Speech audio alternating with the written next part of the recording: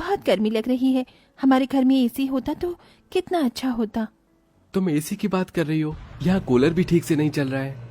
माँ जी बहुत अन्याय करती है। कम से कम घर के अंदर एक एसी तो होना ही चाहिए। विशाखा और अर्जुन अपने कमरे में एक दूसरे से बात कर रहे होते हैं, तभी उन्हें अपने कमरे से बाहर से आवाजें आने लगती हैं। बाहर से जेठानी जी की आवाज आ रही है। चलो ना चलकर देखते हैं क्या हुआ है। अर्जुन और विशाखा अपने कमरे से बाहर आते हैं और देखते हैं कि विनीत अपनी पत्नी अंजलि के कमरे के लिए एसी लाया है। अरे वाह, नया एसी! ये किसके लिए आया है? मेरे कमरे के लिए आया है। इन्हें अपनी सैलरी में अच्छा खासा इंक्रीमेंट मिला है, बस उन्हीं पैसों से इन्होंने एसी खरीद लिया। अरे रोज रोज गर्मी में मरने से अच्छा है कि कम से कम एक एसी तो हो। अंजलि और विनीत के चेहरे पर खुशी अलग ही नजर आ रही थी।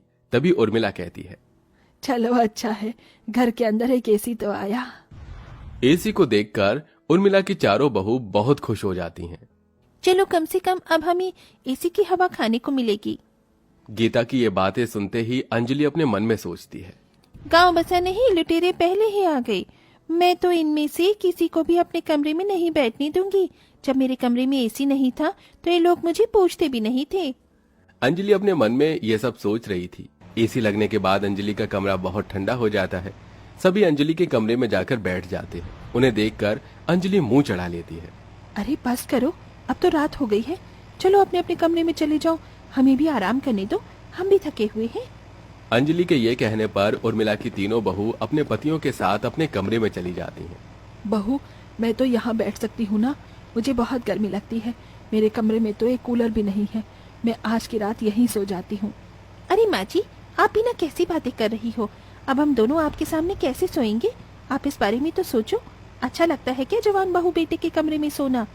अंजलि के ऐसा कहने पर उर्मिला अपने कमरे में ही चली जाती है और यहाँ तीनों बहू अपने अपने कमरों में अपने पतियों से कहती हैं, देखा, एक ही दिन हुआ है अभी दीदी के कमरे में एसी को लगे हुए, और उन्होंने कैसे अपने कमरे में हमें भगा दिया। अब मुझे नहीं पता, आपको हमारे कमरे में भी एसी लगवाना होगा। तुम ये कैसी बातें कर रही हो श्वेता? मैं इतना पैसा कमाता ही कहाँ हूँ जितने में मैं एसी खरीद सकूं। आपकी यही आदत तो मुझे बहुत बुरी लगती है। आज तक कोई शौक, कोई ख्वाहिश पूरी नहीं करवाई आपने मेरी। इधर गीता अपने पति से कहती है, अजी आप हमारे कमरे में एसी कब लगवाने वाले हो? देखो, अब तो अंजलि दीदी के कमरे में एसी लग गया है। अब हम भी एसी की हवा खाएंगे। उन्होंने तो अपने कमरे से हमें भगा ही दिया। एसी का क्या करोगी तुम? अरे कूलर की ठंडी ठंडी हवा है तो सही। एसी से तो बेकार में बिजली का बिल बढ़ता है। देखो जी, मुझे नहीं पता, कुछ भी नहीं पता।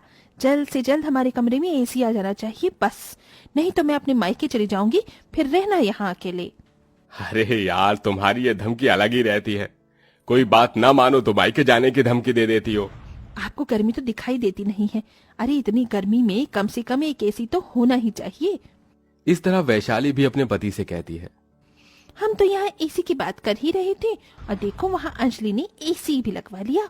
अब हमारे कमरे में भी एक एसी होना चाहिए। तुम ये कैसी बातें कर रही हो? जो दूसरे कर रहे हैं वही सब करना जरूरी थोड़ी ना होता है। मुझे नहीं पता, मुझे बस अपने कमरे में एसी चाहिए, फिर चाहे मुझे ही जॉब क्यों ना करनी पड़े। अब तुमने जिद ठान ही ली है तो फिर मैं कर भी क्या सकता हूँ? तुम्हारी जिद के आगे मेरी एक नहीं चलेगी। अब तीनों बहू अपने कमरों में एसी लगवाने के लिए अपने पतियों को परेशान करने लगती हैं, तो कुछ बाहर जॉब करना शुरू कर देती हैं। ये देखकर उर्मिला थोड़ी हैरान रह जाती है। हे भगवान, पता नहीं क्या हो गया है मेरी चारों बहू को। चारों को ही अपने कमरों में 4 एसी लगवाने हैं। ये तो अच्छा ही बिल बिठाएंगी मेरे चारों बेटों का। उर्मिला खुद से ये कहकर अपने कमरे में चली जाती है। अब देखते ही देखते एक के बाद एक चारों के चारों कमरों में 4 एसी लग जाते हैं और चारों ही अपने कमरों में एसी लगाकर आराम से सो रही होती हैं।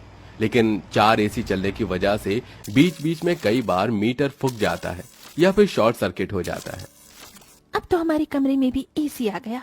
अब तो रोमांस करने में भी मजा आएगा। हाँ, तुमने बिल्कुल सही कहा।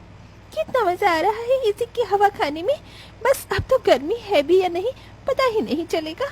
चारों बहू अपने कमरों में आराम से सो रही थी। तभी अचानक से घर के मीटर में शॉर्ट सर्किट होता है और सभी कमरों की लाइट चली जाती है। अरे ये क्या हुआ? अचानक से लाइट कैसे चली गई? सभी अपने कमरों से बाहर आ जाते हैं। पूरे मोहल्ले की लाइट आ रही है, सिर्फ हमारे घर को छोड़कर। इसका मतलब हमारे ही मीटर का शॉर्ट सर्किट हुआ है। शॉर्ट सर्किट तो होना ही था। तुम चारों ने अपने कमरों में 4 एसी जो लगवा लिए हैं। अरे एक साथ 4 एसी चलेंगे तो ये होगा ही, मीटर पर लोड पड़ गया। माँ, एसी तो मैंने लगवाया था, लेकिन आपकी बाकी की 3 बहू को बेकार में होड़ लग गई। ये भी कोई बात है भला? मतलब एसी के मजे आप ही उठाने वाले हो, हमें तो एसी चलाने को ना मिले यही चाहती हो ना आप? इतना सेल्फिश कैसे हो सकती हो? ये कैसी बातें कर रही हो तुम? इसमें सेल्फिश वाली कोई बात नहीं है। अगर एसी है तो सभी के कमरों में होना चाहिए, नहीं तो किसी के कमरे में भी नहीं होना चाहिए। तुम चारों लड़ना बंद करो। अब हमें ये देखना चाहिए कि शॉर्ट सर्किट को कैसे ठीक किया जाए। मैं बिजली वाले को फोन करता हूँ। अर्जुन बिजली वाले को फोन करता है। इसके बाद घर पर बिजली वाला आता है और शॉर्ट सर्किट ठीक करके जाता है। शॉर्ट सर्किट ठीक करने में ही रात के 2 बज जाते हैं, जिसके बाद वो सब सोने के लिए जाते हैं। अगले दिन उन्हें उठने में देरी हो जाती है, जिसकी वजह से चारों बेटे ऑफिस जाने में लेट हो जाते हैं। अरे आज तो ऑफिस के लिए बहुत लेट हो गया, हमें डांट पड़ने वाली है।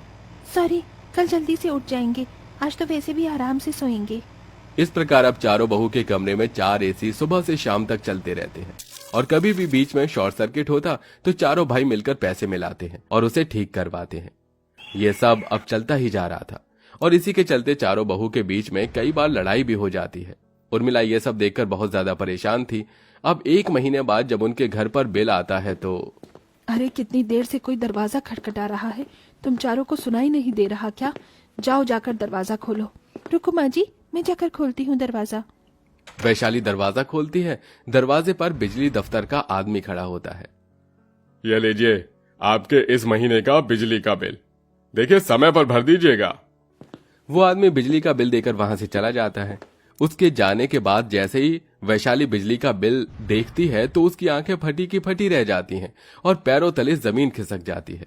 हे भगवान, कहीं मुझे चक्कर ना आ जाए। ये सब मैं क्या देख रही हूँ? अरे बहू, ऐसा क्या देख लिया तूने बिजली के बिल में जो तुझे चक्कर ही आने लगे? अरे माँ जी, चक्कर तो अब आएंगे सभी को एक एक करके। वैशाली अपने सास को बिजली का बिल पकड़ा देती है। बिजली के बिल में पूरे 80,000 रुपए का बिल होता है। हे प्रभु, हे जगन्नाथ, हे परमेश्वर, ये क्या हो रहा है? 4 बहू के कमरे में 4 एसी का बिल इतना बड़ा? अगर ऐसे ही हर महीने 80,000 का बिल आएगा तो कैसे चलेगा सब कुछ? इतना कहकर उर्मिला अपनी चारों बहू से कहती है, जैसे ही तुम चारों के पति आएंगे उन्हें मेरे कमरे में भेज देना। मैं ये बिजली का बिल अपने कमरे में लेकर जा रही हूँ। शाम को जैसे ही उर्मिला के चारों बेटे घर लौटते हैं, उर्मिला उन्हें अपने कमरे में बुलाकर बिजली का बिल दिखाती है, जिसके बाद वो उन चारों को कहती है, देखो अब बहुत हुआ, जितनी एसी की हवा खानी थी इन चारों ने खा ली। अरे ऐसे ही चलता रहा तो तुम चारों को ये चारों बहू बेचकर कब खा जाएंगी पता ही नहीं चलेगा। अभी के अभी एसी वाले को फोन करो, वो आकर एसी उतार कर रखेगा और पहले की तरह सब एसी की जगह कूलर ही इस्तेमाल करेंगे। हाँ माँ, आपने सही कहा, ये सबसे सही रहेगा।